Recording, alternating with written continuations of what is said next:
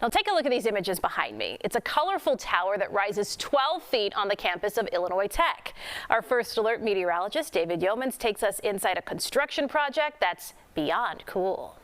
You can see it's that some of these blocks are melting already. Architecture professor Anthony Wood looks at his creation with some of his construction crew. It'll go thinner and thinner. Students getting master's degrees in tall buildings at Illinois Tech. Yeah, that's really a thing. I work on in the inside of the tower. In fact, I can show you a block. I got a spare one here, yeah?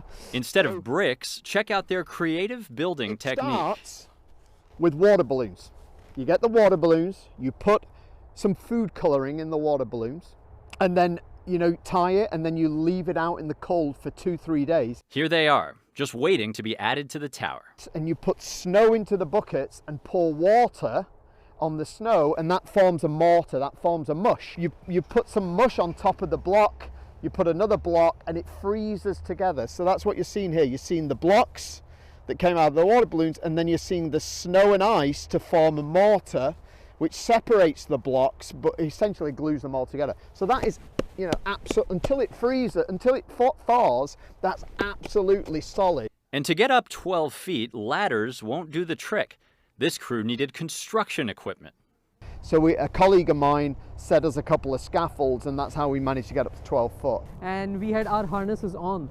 Jot Mankad got to top off the tower, not an easy task. One guy from inside who was putting all the or adjusting the blocks. It was very difficult to put. At night, the team even lights up the tower for an even more spectacular look. But Anthony says that's not the best way to experience it. You should go inside. The best view is inside looking up. And he's right. Check out the colorful jewel-like blocks glistening in the tower with the blue sky at the top.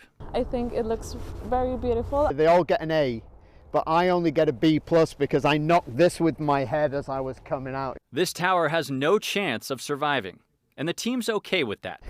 No, that's a natural process. Anthony's actually looking forward to the big melt. The deconstruction of the ice tower can be as interesting as the construction.